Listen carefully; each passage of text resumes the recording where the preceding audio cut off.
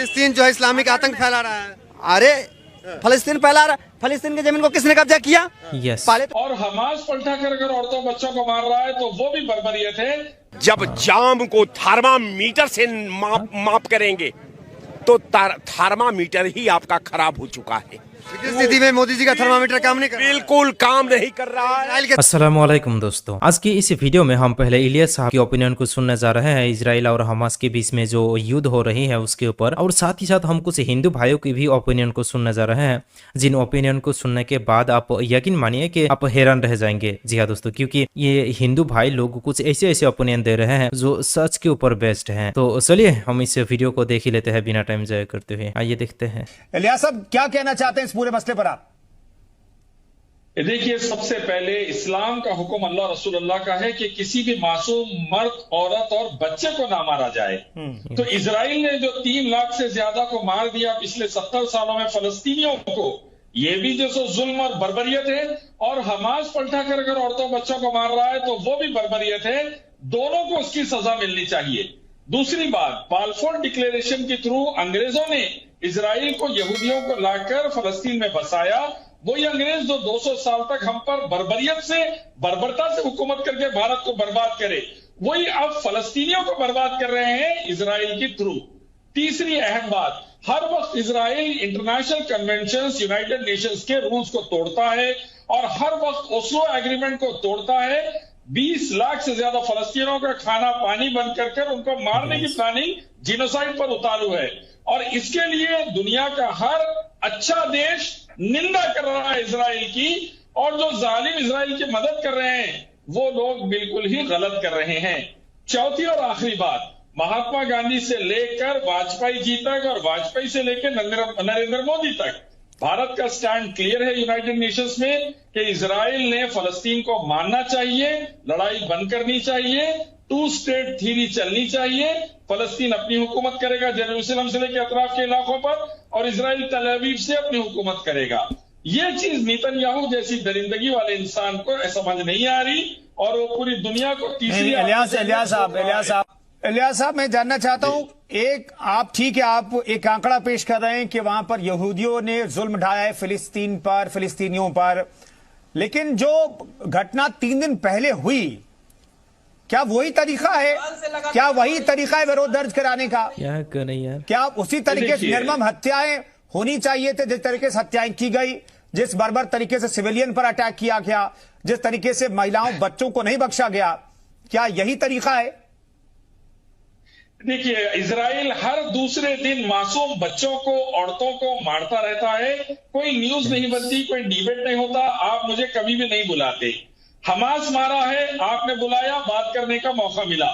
Israel जो 3 लाख को मारा है मासूम औरतों और बच्चों को, वो भी जुल्म, आतंकवाद है। हमास ने जो मासूम औरतों बच्चों को मारा है वो भी आतंकवाद है। दोनों के खिलाफ सख्त कार्रवाई हो और दोनों को अखंड ठिकाने आए तक, मासूमों की हिफाजत होने तक सजा दी जाए। बीजेपी के सांसद आतंकवाद के खिलाफ बोल रहे थे, बड़ा अच्छा लगा। साध्वी प्रज्ञा आतंकवादी, कर्नल पुरोहित आतंकवादी को आजाद कराने में यही है, उसको मेंबर ऑफ पार्लियामेंट बनाने में यही है, जो मासूम हिंदुस्तानियों को मस्जिद में बॉम्ब ब्लास्ट से मारे, जिसको हिम्मत करके बीजेपी ने इलियास साहब और सुना है फलस्तीन एक कमजोर राज्य था और 1856 के आसपास उसमें एक समझौता यूएनओ ने कराया था, जिसमें उसकी जमीन को जबरदस्ती इजराइल ने पहले कब्जा कर लिया। जब आतंकवाद के माध्यम से कब्जा कर लिया, वहाँ के लोग उजड़े तमाम देशों में जाकर के बस गए, तब उसे किसी ने आतंकवादी नहीं कहा। यूक्रेन की जमीन कब्जा किया, यूक्रेन की नहीं, सॉरी फिलिस्तीन कब्जा किया। और हमास कम समय में ही, हमको लगता है इजराइल के मुकाबले बहुत मजबूत हो चुका है। ईरान, सीरिया, ये जैसे देश से हमारे राजनीतिक संबंध बहुत अच्छे रहे हैं और व्यापारिक संबंध भी अच्छे रहे हैं। अभी तक अटल बिहारी जी भी उसके करते थे। आज जब हमास मजबूत हो गया, फलस्तीन मजबूत हो गया और उसने अपनी जमीन छुड़ाने के लिए इजराइल की जमीन पर हमला कर दिया, तो आज तकलीफ भारतीय प्रधानमंत्री को क्यों हो रही है भाई? हमको लगता है इसलिए प्रधानमंत्री को तकलीफ हो रही है कि इजराइल से ये ज्यादा हथियार खरीदते हैं, रक्षा सौदे करते हैं, कहीं उसमें कुछ गुड़ा भाग तो नहीं है।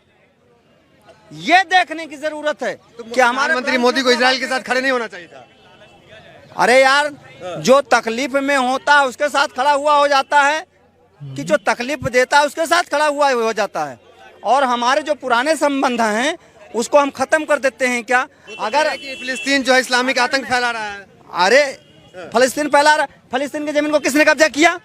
पहले तो इजराइल ने कब्जा किया, तो आतंक कौन फैलाया?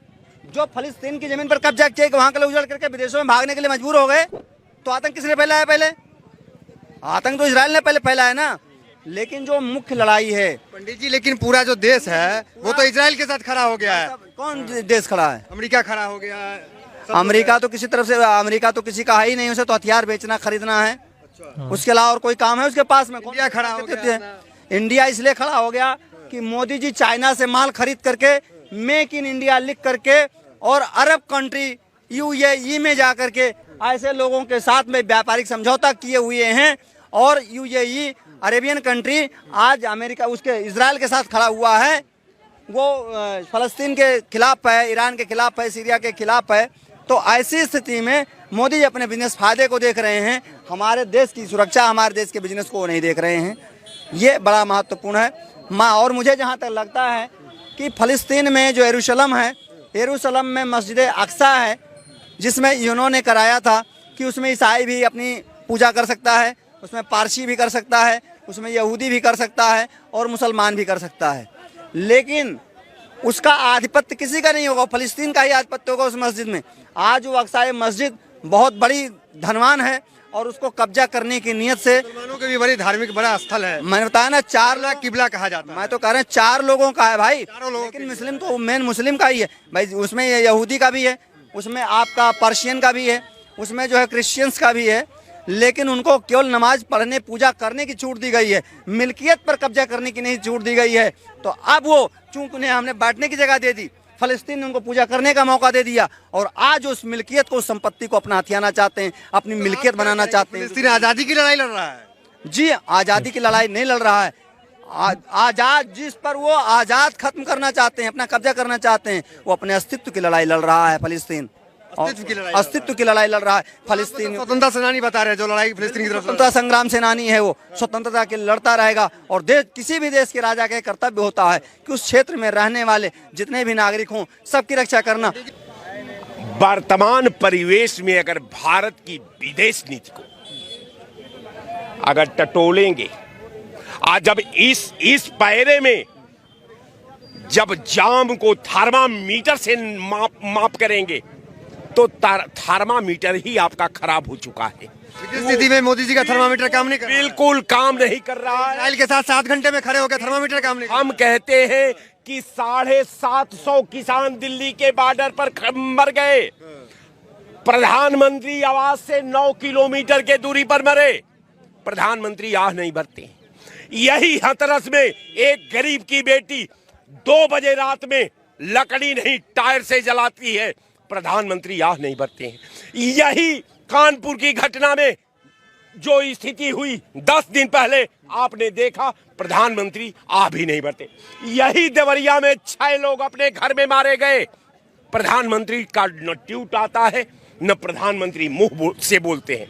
तो विदेश नीति इनकी अब मैं बता दूं, नेपाल के साथ भारत का क्या संबंध है, आप समझिए पाकिस्तान के साथ क्या उनका संबंध है, आप समझिए चीन के साथ इनका क्या संबंध है, आप समझिए बांग्लादेश के साथ क्या।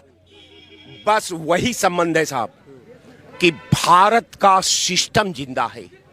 केवल भारत का जो संविधान भगत सिंह के लहू से लिखा गया था उसकी आभा जिंदा है, उसका सिस्टम जिंदा है, देश की एकता और अखंडता जिंदा है।